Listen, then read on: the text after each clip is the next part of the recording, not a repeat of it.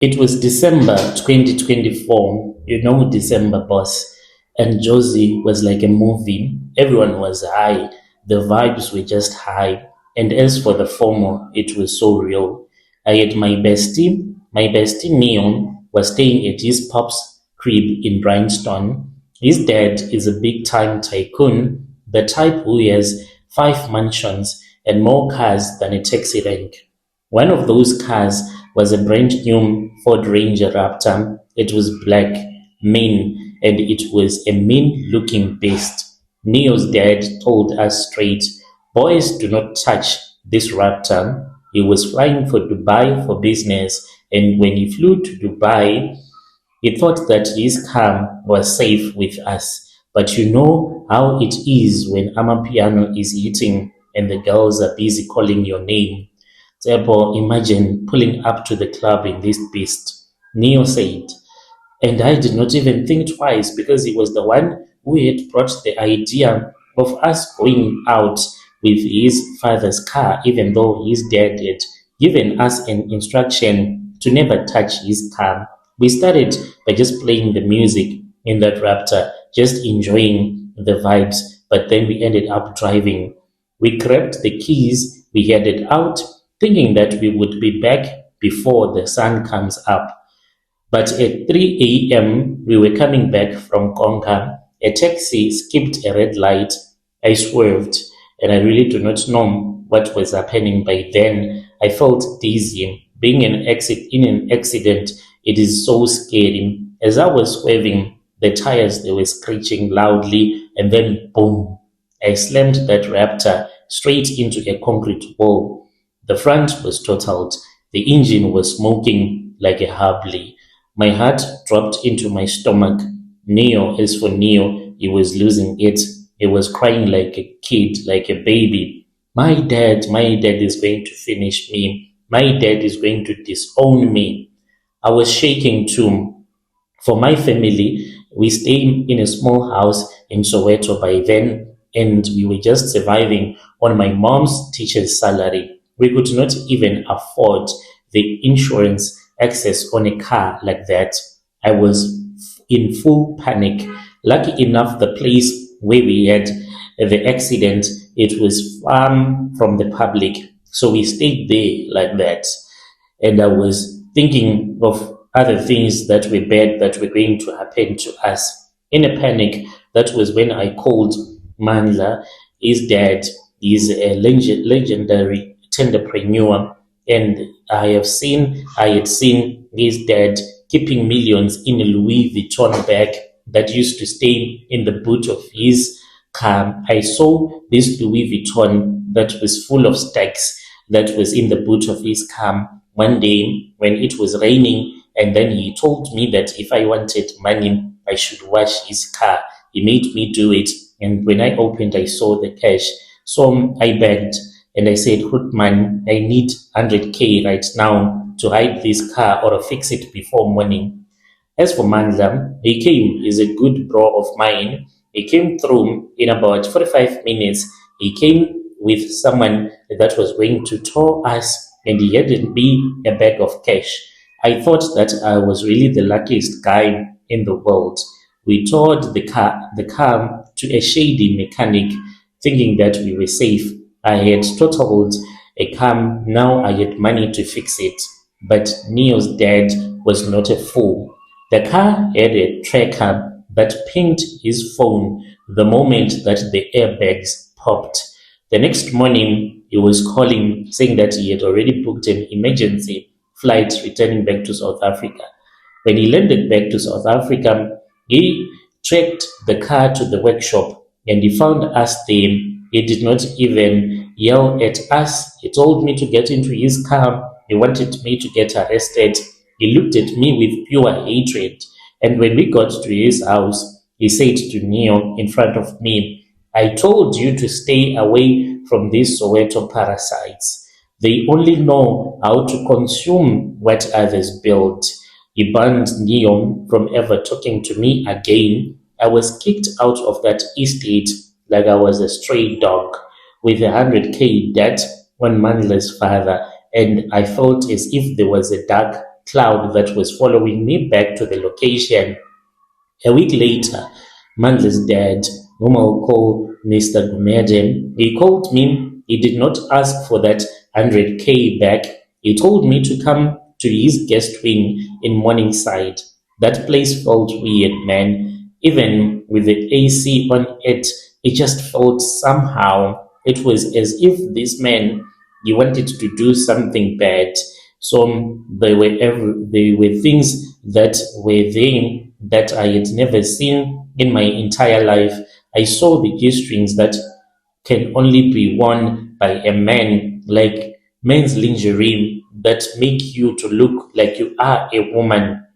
Mr. Gumede, he then sat with me down and he said, "You know, Tsepo, I know that my son Mandla stole money from me. He thinks that I don't know. How much did he give you?"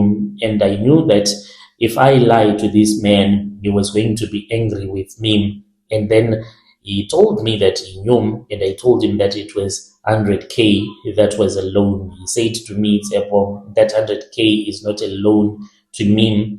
Since you are broke, you're going to pay me." And I said, "Mr. Gomez, say, how am I going to pay you?"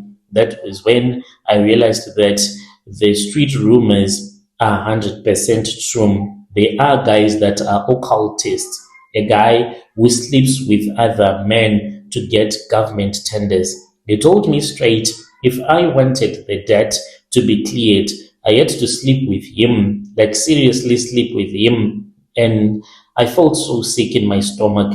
I wanted to run away, but he reminded me that he knew my mom's address.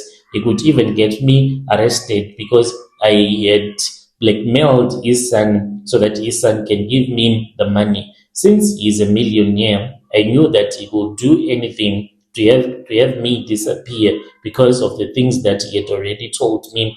This was like a dark secret about him that I now knew. He then said, "I can help you, and if you do not want accidents, they happen in the location airport." So I broke down and I started crying. So this man, he started sleeping with me as if I was a woman. When it was done, I felt so much pain. And then that was when he brought out a snake. When he brought out this snake, he made me to swear on an oath. He told me that I was his boyfriend now, and he explained it to me that from now on, whenever I wanted money, I should come straight to him. And if I submitted to him as if I was a woman to him, he was going to give me everything that my heart desired. By submitting to him, I was being initiated slowly without me even realizing that I was being initiated. I had been initiated, and he promised me that I was going to be rich and I was never going to be a poor parasite ever again in my life. Suddenly, life started to move so fast. This man, he would deposit money into my Capitec account. My Capitec started blowing up with notifications. 50K here, 100K there. That was being sent by Mr. Gumede. I managed to buy a car and he moved me into a house which was for rental, changing the location. I will say that I was now staying in Santon. I started living the life. I was allowed to have as many girlfriends as I wanted, but there were days when I became like a mistress to him. This was the most painful thing that can ever happen to a man. He would tell me to go and buy even the weave that the women buy, and I had to get it installed as if I was gay, and I had to buy clothes that were like of a woman, and I had to wear as if I was a woman. And I stopped going to school because I had now joined a cult. But when you join a cult like this, you do not start by being a full member. You start being a junior in this cult that I had joined. I survived because the money was good. Spending this money with different women, it made me to feel better than myself, even though I started to get addicted into sleeping with a man because he used to give me some pills that I had to drink that made me to feel so turned on, even though it was a man. By mid 2025, I was living a nice life, but it was always painful whenever he would call me and he would tell me that I was supposed to sleep with him. It was as if I was now living into a horror movie, and there were times when I was living in a soft life kind of a movie. And then I started to wake up and I would see that there would be a cat in the room where I would be sleeping. I do have a lot of scratches on my chest because those scratches from the cat that would appear in my room, they can never heal. My mom then started calling me and started telling me that she always saw this other big cat. This cat that she always saw, it was as big as a lion. And I just said, Mom, maybe these are cats that are from the neighbors. Maybe there is someone that is trying to bewitch you. But in my mind, I knew that it was because of this cult that I had joined, even though when I would speak with my mom, I would pretend as if whatever that my mom would be telling me, it will all be wrong. So then one day I went to Mr. Gumede and I told him before he had slept with me, I told him that I wanted him to tell me the truth, what was going on about the cat that I was seeing in my room, as well as the cat that my mother was seeing now and then. That was when Mr. Gumede told me that he himself, he had other sacrifices that he had to perform, and he had not told me that there were other sacrifices that I was supposed to perform. I said, what kind of sacrifices are you talking about? That was when he said to me, you know what, Tsepo, when you start making money, there are things that you do not think about.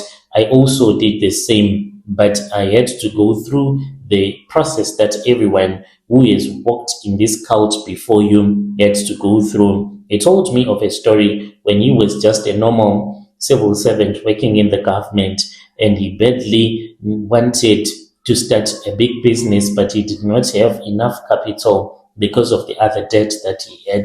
That was when he got help through a Nigerian, and then he went to Nigeria, to the same village where I ended up going to. And when we went there, he did not tell me the truth. He told me that us going to Nigeria, it was going to assist my family from being or becoming sacrifices.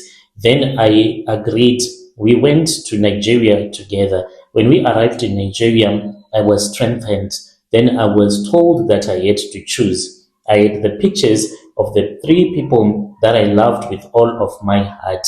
I had the picture of my baby mama. I had the picture of my son and the picture of my mother. These were the pictures that I had to take with me to Nigeria. So I left those pictures and I was told that it was a spiritual sacrifice. There was nothing serious about that sacrifice that we were doing.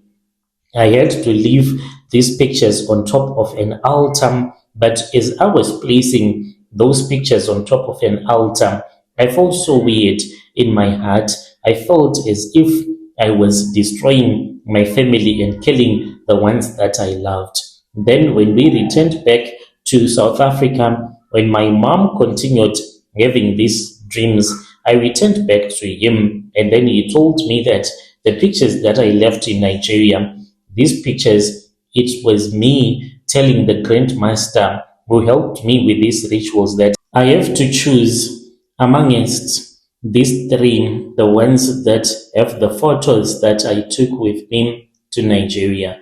My beloved mother, my baby mama, whom I consider to be a wife to me, even though we do not stay together, or my son. To this very day, I am always hearing the voice of the great master who sometimes flies from Nigeria in the spirit, and he appears in the house where I will be, and he will tell me that it is time for me to choose. Choose, therefore. You are the one that said you want this soft life. And what really hurts about this Nigerian great master is that whenever he says, you are the one who chose this soft life, he starts to laugh at me until he disappears. And there are times when I just see him as I am driving around. There are times when I feel so much comfort. I once went to a cemetery in Rudeport. There I wanted to commit suicide because I could not take it anymore. I just heard a voice that told me to get into my car, and then I started driving. It was around quarter to 12 midnight when I started driving around. When I was at the cemetery, that was when I saw that grandmaster. He appeared behind me, and then he said to me, "You cannot die because your soul, it belongs to me. You will only die when I tell you that it is time for you to die. As for now, you have to make a decision." And then I found myself, I was in a room, even though I was in the cemetery, but I saw myself, I was in a room where I was, and I saw that there were three big pictures that were printed and that were on the wall. And these were the pictures of my mom, my baby mama, as well as my son. And I was told that I am supposed to pick one. If I do not pick one this year in 2026, since I have been refusing since last year, I am told that my life is going to be turned upside down. And the most painful part about it, I once had a dream whereby I was killing my mother, killing my son, and killing my baby mama, and then I was arrested, meaning that I am going to be called a serial killer, but it will be a demon that would have possessed me that is hungry for blood. Then I will kill my mother, my baby mama, as well as my son in cold blood. I don't know how to tell them. For this dream, it seemed as if it happened this year.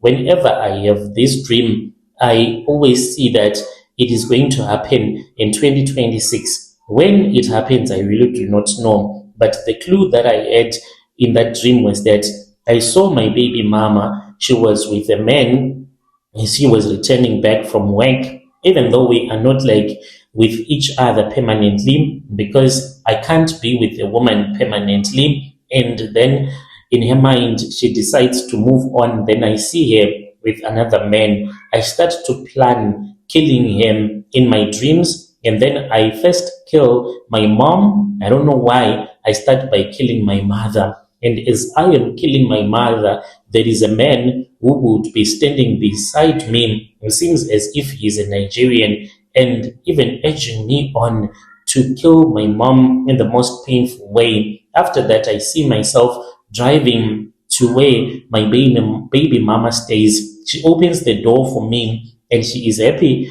that I am at her place. Then I stab her straight into her chest, and she dies instantly. Then after that, I call out for my son, and I see stabbing my son at the back of her neck.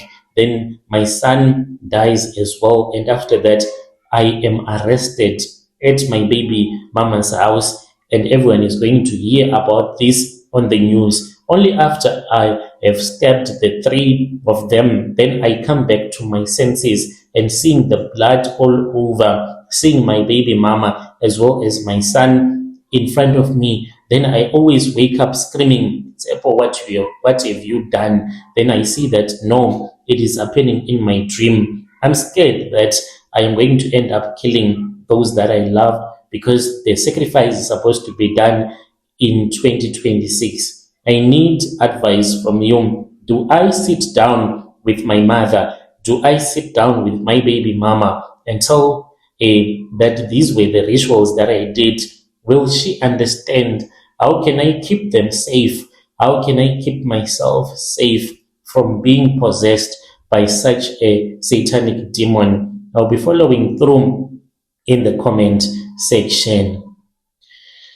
Your dear listeners, right there was a message that was sent to me by one of our brother right there. Let us speak with our brother in the comment section. Strange things indeed, they do happen in this world. He's saying that in 2026, if he does not sacrifice, he will end up committing a crime. He's going to be arrested And it is because he will be possessed by a demon, that would have been sent by the Grand Master. Let us speak with him in the comment section. I'll be back with another episode.